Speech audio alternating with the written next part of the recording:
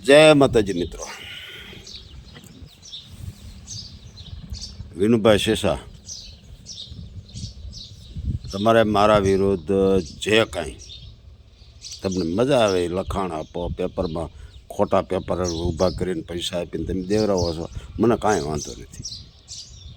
કારણ કે મારે ફાળો કરવા ક્યાંય જવાનું નથી, ઉછીને લેવા જવાનું નથી, બરાબર? એટલે મને કોઈ તકલીફ પડવે જ નથી. દીકરીઓને કરિયાવર દઈ દો, જેના બાકી છે દઈ દો.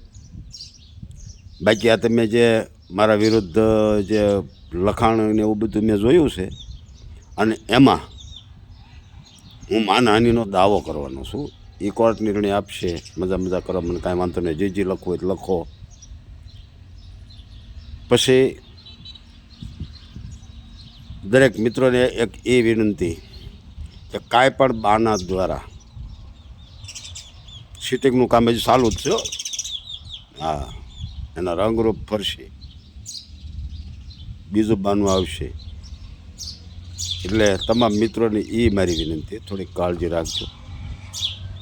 તમારા જ હશે જે અમે દખી થાવી છે ત્યારે અમે વિશ્વાસમાં જ આવી ગયા હતા.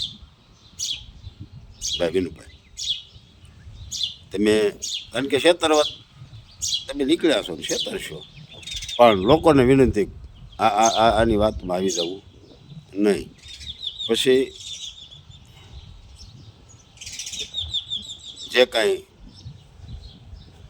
પોલીસની મેટર છે એ પોલીસ કામ કરશે, કાયદાનું કામ કરશે. આપણને એમાં કાંઈ વાંધો નથી.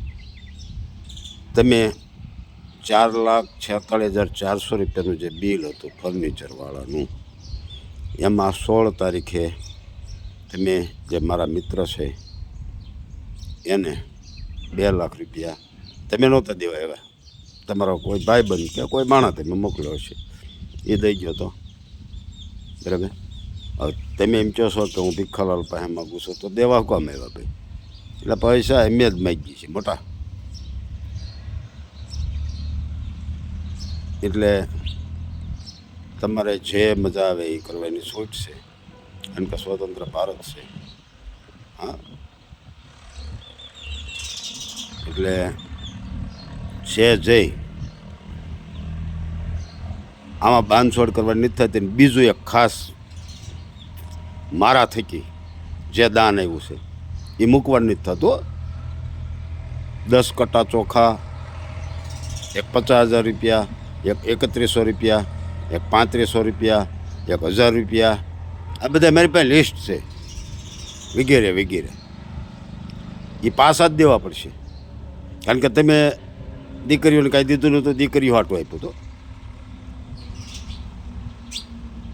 એટલે એ બધા વ્યવહારે તમારે પાછા જ દેવાના થશે. એની માટે જે અમારે કરવું પડે એમ કાયદે કે કરશું. બાકી એ દાન તમારે, અને બીજાએ દાન દીધું હોય એ મિત્રોને મારી વિનંતી છે કે આને દીકરીઓને કાંઈ દીધું નથી તો પાછું લઈ લેવું.